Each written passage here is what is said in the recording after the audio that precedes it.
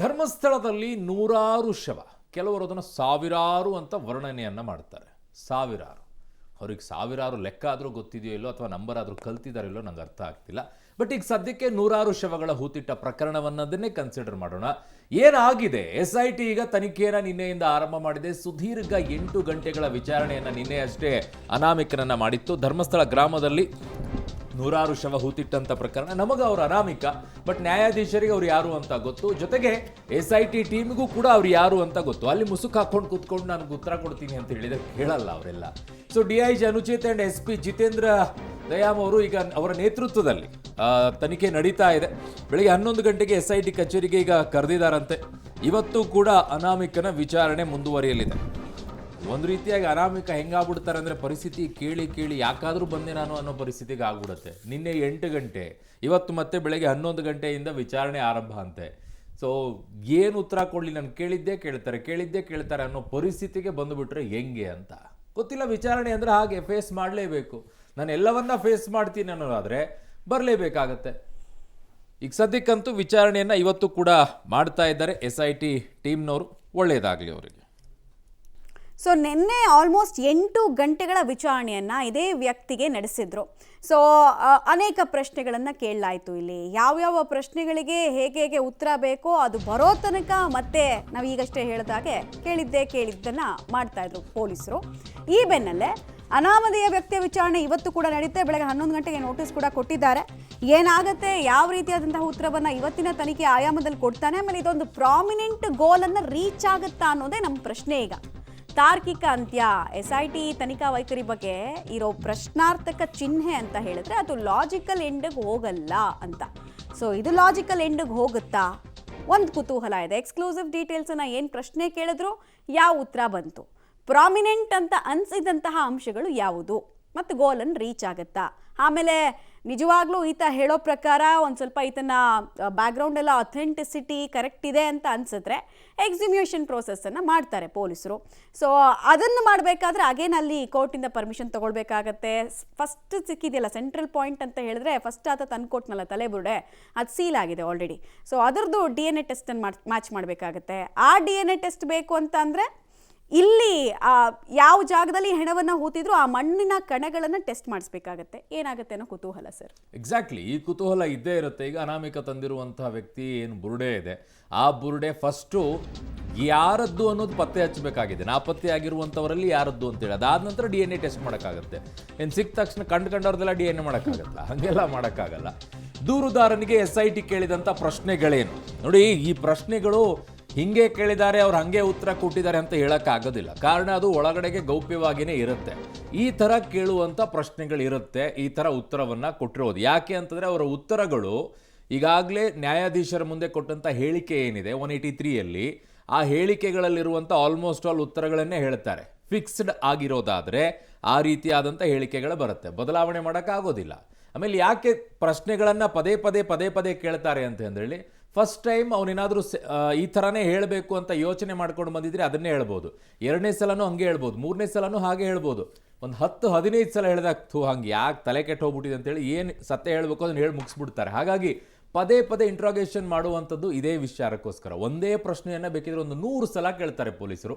SIT ನ್ಯಾಯಾಲಯಕ್ಕೆ ಒಪ್ಪಿಸಿದ ಕಳೆಬರ ಎಲ್ಲಿಂದ ತಂದಿದ್ದು, ಇವೆಲ್ಲವೂ ಕೂಡ ಪ್ರಶ್ನೆಗಳನ್ನು ಕೇಳಿರೋದು SIT ಅವರು.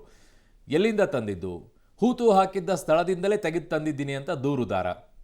ಅವಾಗ ಮತ್ತೆ ಸಬ್ ಕ್ವಶನ್ ಬರುತ್ತೆ, ಎಲ್ಲಿ, ಯಾವ ಜಾಗ ಅಂಥೇಳಿ, ಯಾವ ಜಾಗದಲ್ಲಿ ಯಾವ ಇಸ್ವಿಯಲ್ಲಿ ಶವವನ್ನು ಹೂತು ಹಾಕಲಾಗಿತ್ತು ಅಂತ ಹೇಳಿ.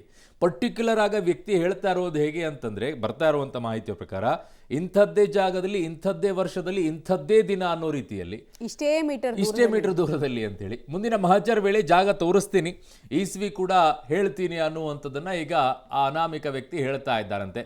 ಗ್ರಾಮದ ಅರಣ್ಯ ಪ್ರದೇಶದಿಂದ, ಅಲ್ಲಿ ಸಮಸ್ಯೆ ಒಂದಿಷ್ಟಿದೆ. ಹಿಂದೆ ಅಲ್ಲಿ ಸ್ಮಶಾನ ಭೂಮಿ ಇಲ್ಲದೆ ಇರೋ ಟೈಮಲ್ಲಿ ಅಲ್ಲಿ ಸಾವನ್ನಪ್ಪುವಂತಹ ಜನರನ್ನು ಎಲ್ಲಿ ಹೂಳ್ತಾ ಇದ್ರು, ಅವುಗಳನ್ನೇ ಈ ವ್ಯಕ್ತಿ ತೋರಿಸ್ತಾನ ಅಥವಾ ಬೇರೆ ಇನ್ನೇನಾದರೂ ಇದೆಯಾ? ಹಾಗೇನಾದರೂ ತೋರಿಸಿದ್ರೆ ಅದನ್ನು ಪಂಚಾಯಿತಿಯವರು ಯಾವ ರೀತಿಯಾಗಿ ಹೇಳ್ತಾರೆ, ಕಾರಣ ಅವ್ರ ಹತ್ರನೂ ಲೆಕ್ಕ ಇರುತ್ತೆ, ಅದಕ್ಕೂ ಇದಕ್ಕೂ ಟ್ಯಾಲಿ ಆಗುತ್ತಾ? ಬಹಳ ಸವಾಲಿನ ತನಿಖೆ ಇದು. ಆ ಸವಾಲನ್ನು ಎದುರಿಸಬೇಕಾಗಿದೆ SIT ಅವರು. ಆ ಶವ ಪುರುಷನದ್ದು ಅಥವಾ ಮಹಿಳೆಯದ್ದು ಅದು ಗೊತ್ತಾಗತ್ತೆ. ಅಸ್ಥಿಪಂಜರ ಸಿಕ್ಕಾಗ ನಿಮಗೆ ಅದು ಗಂಡ ಅಥವಾ ಹೆಣ್ಣ ಅಂತ ಗೊತ್ತಾಗುತ್ತೆ. ಜೊತೆಗೆ ಯಾವ ವಯಸ್ಸಿನದ್ದು ಅನ್ನುವಂಥದ್ದನ್ನು ಕೂಡ ಪತ್ತೆ ಹಚ್ತಾರೆ, ಅದರಲ್ಲಿ ಯಾವ ಅನುಮಾನನೂ ಕೂಡ ಇಲ್ಲ. ಇನ್ನು ದೂರುದಾರ ಸರಿಯಾಗಿ ನನಗೆಲ್ಲ ನೆನಪಿಲ್ಲ ಅಂತ ಹೇಳ್ತಾ ಇದ್ದಾರೆ. ಕೆಲವು ಮಾತ್ರ ನೆನಪಿರೋದಿಲ್ಲ, ಕೆಲವು ಮಾತ್ರ ಪರ್ಟಿಕ್ಯುಲರ್ ಆಗಿ ನೆನಪಿರುತ್ತೆ ಅನ್ನೋದೇ ಸ್ವಲ್ಪ ಪ್ರಶ್ನೆಗಳು ಹುಟ್ಟುಹಾಕುತ್ತೆ. ಅಸ್ಥಿಪಂಜರ ಹೊರ ತೆಗೆಯುವಂಥ ವೇಳೆ ಜೊತೆಗೆ ಯಾರಿದ್ರು? ಅಸ್ಥಿಪಂಜರವನ್ನು ತೆಗೆಯುವಂಥ ವೇಳೆಯಲ್ಲಿ ಒಬ್ಬನೇ ಹೋಗ್ಬಿಟ್ಟು ಅದನ್ನು ಗುಂಡಿ ಅಗದ್ಬಿಟ್ಟು ಬಾಡಿಯನ್ನು ಹೂತು ಹಾಕಿ ಬರ್ತಾನೆ ಅಂತಂದರೆ ಸ್ವಲ್ಪ ಪ್ರಶ್ನೆ ಕಾಡುತ್ತೆ. ಈ ವ್ಯಕ್ತಿ ಹೇಳ್ತಾ ಇರುವಂಥದ್ದು, ನಾನೇ ತೊಗೊಂಡು ಹೋದೆ ಬಾಡಿಯನ್ನು, ನಾನೇ ಗುಂಡಿ ತೊಡೆದೆ, ನಾನೇ ಮಣ್ಣು ಮಾಡಿ ಬಂದೆ ಅಂತಂದಾಗ ದೇರ್ ಇಸ್ ಸಮ್ ಪ್ರಶ್ನೆ ಎದ್ದೇಳುತ್ತೆ. ಹೇಗೆ ಬಾಡಿಯನ್ನು ಒಬ್ಬ ವ್ಯಕ್ತಿ ಹೊತ್ಕೊಂಡು ಹೋಗೋಕ್ಕೆ ಸಾಧ್ಯ ಆಗುತ್ತೆ? ಹೇಗೆ ಆ ಬಾಡಿಯನ್ನು ಎಲ್ಲಿಟ್ಟು ಗುಂಡಿಯನ್ನು ಆಗೋದು ಅವನೇ ಒಬ್ಬನೇ ಅದರಲ್ಲಿ ಹಾಕಿ ಅದನ್ನು ಮುಚ್ಚಿ ಹಾಕಿ ಬರ್ತಾನೆ? ಇಟ್ಸ್ ಅ ಕ್ವಶನ್ ಮಾರ್ಕ್ ಅಲ್ವಾ? SIT ಅವ್ರಿಗೆ ಮೂಲವಾಗಿ ಬರಬೇಕಾಗಿರುವಂಥ ಪ್ರಶ್ನೆ, ಹೇಗೆ ಒಬ್ಬ ವ್ಯಕ್ತಿ ಜೊತೆಗೆ ಯಾರಾದರೂ ಇದ್ರಾ ಅನ್ನುವಂಥದ್ದು. ನಿಜವಾಗಿಯೂ ಕೂಡ ಹೂತಿದ್ದ ಜಾಗದಿಂದ ಮೃತದೇಹವನ್ನು ಹೊರತೆಗೆಯಲಾಗಿದೆಯಾ?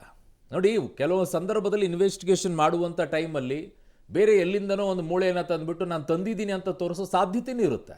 ತನಿಖೆಯ ದಿಕ್ಕು ಅಲ್ಲ, ತನಿಖೆಯ ದಿಕ್ಕು ಅನ್ನೋದಕ್ಕಿಂತಲೂ ಕೂಡ ನಾನು ಹೇಳ್ತಾ ಇರೋದು ಸತ್ಯ ಅನ್ನೋದನ್ನ ಪ್ರೂವ್ ಮಾಡೋಕ್ಕೋಸ್ಕರ ಆದರೂ ಸ್ಕೆಲಿಟನ್ ಅನ್ನ ತೊಗೊಂಬರ್ತಾರೆ. ದಾರಿ ತಪ್ಸೋಕ್ಕೋಸ್ಕರ ಅದನ್ನ ಹುಡುಕಬೇಕಲ್ಲ ಈಗ ಪೊಲೀಸರು. ಅಷ್ಟರೊಳಗೆ ಸಮಯ ಅವಕಾಶ ಮುಗಿದೋಗ್ಬಿಡುತ್ತೆ. ಇಂಟೆನ್ಷನ್ ವಾಸ್ ಕ್ಲಿಯರ್ ಅನ್ನುವಂಥದ್ದು ಪಿಕ್ಚರ್ ಅಲ್ಲಿ ಕಾಣಿಸ್ಕೊಳ್ಳುತ್ತೆ.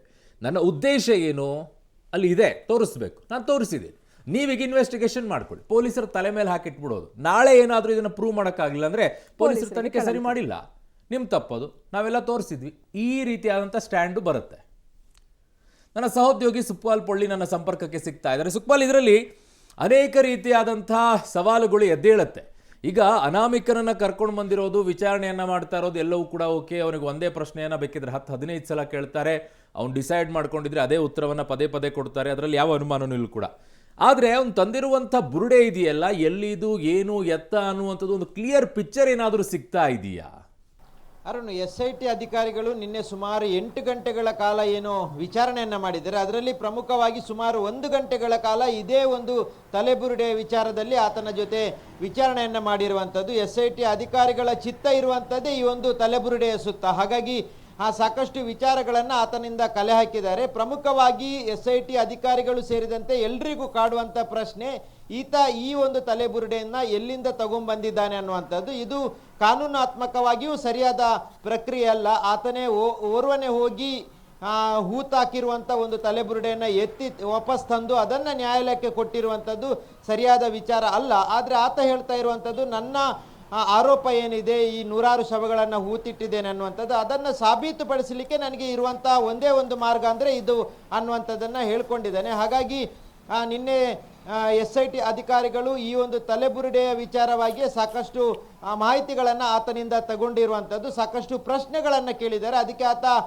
ಕೆಲವೊಂದು ಉತ್ತರಗಳನ್ನು ಕೊಟ್ಟಿರುವಂಥದ್ದು. ಅಂದರೆ ಈ ಒಂದು ನಿನ್ನೆ ನೀನು ಮೊನ್ನೆ ತಂದಿರುವಂಥ ಏನು ತಲೆಬುರುಡೆ ಇದೆ, ಇದನ್ನು ಯಾವ ಸ್ಥಳದಿಂದ ತಂದಿದ್ಯಾ, ಜೊತೆಗೆ ಇದು ಯಾವ ಇಸುವೆಯಲ್ಲಿ ಇದನ್ನು ನೀನು ಹೂತಾಕಿರುವಂಥದ್ದು, ಜೊತೆಗೆ ಈ ಒಂದು ತಲೆಬುರುಡೆ ಪುರುಷನದ್ದ ಮಹಿಳೆಯದ್ದ ಅನ್ನುವಂಥ ರೀತಿಯಲ್ಲಿ ಈ ರೀತಿಯಾದಂಥ ಸಾಕಷ್ಟು ಪ್ರಶ್ನೆಗಳನ್ನು ಆತನ ಹತ್ರ ಕೇಳಿದ್ದಾರೆ. ಆತ ಅದಕ್ಕೆ ಬೇಕಾದಂಥ ಕೆಲವೊಂದು ಮಾತುಗಳನ್ನು ಹೇಳಿದ್ದಾನೆ, ಕೆಲವೊಂದನ್ನು ಗೊತ್ತಿಲ್ಲ ಅನ್ನುವಂಥ ಮಾತುಗಳನ್ನು ಹೇಳಿದ್ದಾನೆ. ಹಾಗಾಗಿ ಇವತ್ತು ಮತ್ತೆ ಆತನ ವಿಚಾರಣೆ ಮುಂದುವರಿಯಲಿರುವಂಥದ್ದು. ಅರುಣ್, ಓಕೆ ಸುಕ್ಪಾಲ್, ನಿಮ್ಮೆಲ್ಲ ಮಾಹಿತಿಗೆ ಧನ್ಯವಾದಗಳು.